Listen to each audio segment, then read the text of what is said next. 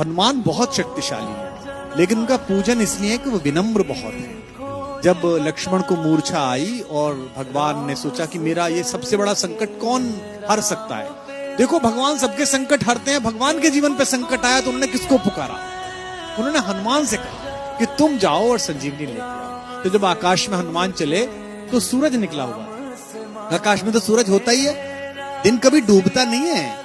हमारी माँ पृथ्वी हमें गोदी में लेकर हमारे पिता सूरज की ओर से पीठ कर लेती है। माँ को दोष दे नहीं सकते तो पिता को दोष देते हैं कि दिन डूब गया है। दिन कभी डूबता नहीं है, दिन तो निकला रहता है। सूर्य कभी अस्त नहीं होता। कैलाश भैया ने गाया, क्या कभी अंबर में। तो बेटा, सूरज कभी डूबता नहीं है। तो सूरज आकाश में मिला, और अगर सूरज इधर निकल जाता जहां लक्ष्मण लेटे हुए थे तो भगवान के जीवन का सबसे बड़ा संकट आ जाता। उनका भुजा जैसा भाई, जिसे वो अपनी भुजा कहते हैं दाहिनी, वो पृथ्वी छोड़ जाता। भगवान सहन न कर पाते, तो इतना बड़ा काम करने गए। और कितने ताकतवर थे, पंच तत्वों में से एक पवन के बेटे हैं।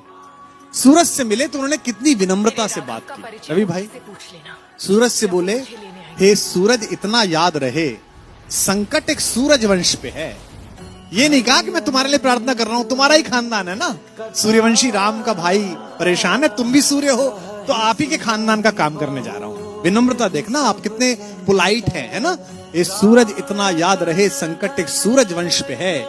लंका के नीच राहु द्वारा आघात दिनेश अंश पर है।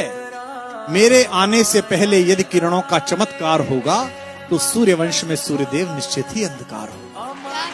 कितना प्यार से बोल रहे हैं, देखो आप। इसलिए छिपे रहना भगवान। जिसने राम के अलावा किसी को भगवान नहीं माना, वो हनुमान सूर्य से कह रहे हैं, इसलिए छिपे रहना भगवान, जब तक मैं जड़ी पहुंचा दूं मैं, बस तभी प्रकट होना भगवान, जब संकट निशा मिटा दूं मैं। आशा है स्वल्प प्रार्थना, ये जरा सी प्रार्थना सच्चे जी से स्वीकारोगे। आतुर की अर्थ अवस्था को होकर करुणार्थ निहारोगे। 8 लाइन की विनती के बाद धीमे से अपना विजिटिंग कार्ड दिया सूरज को। शक्ति पाना, यश पाना, लेकिन विनम्र रहना।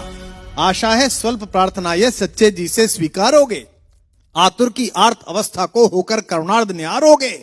अन्यथा क्षमा करना दिनकर, अंजनी तने से पाला है। बचपन से जान रहे हो तुम हनुमत कितना मतवाला है।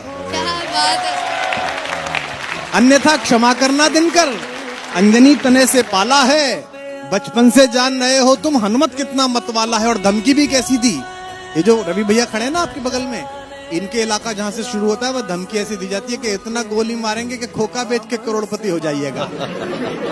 लेकिन हनुमान जी ने कैसी धमकी दी, कितनी विनम्रता से। ऐसा कोई नहीं बोलता, ऐसे बनना सब। आशा है स्वल्प, अन्यथा क्षमा करना दिनकर, अंजनी तने से पाला है। बचपन से जान रहे हो तुम हनुमत कितना मतवाला है।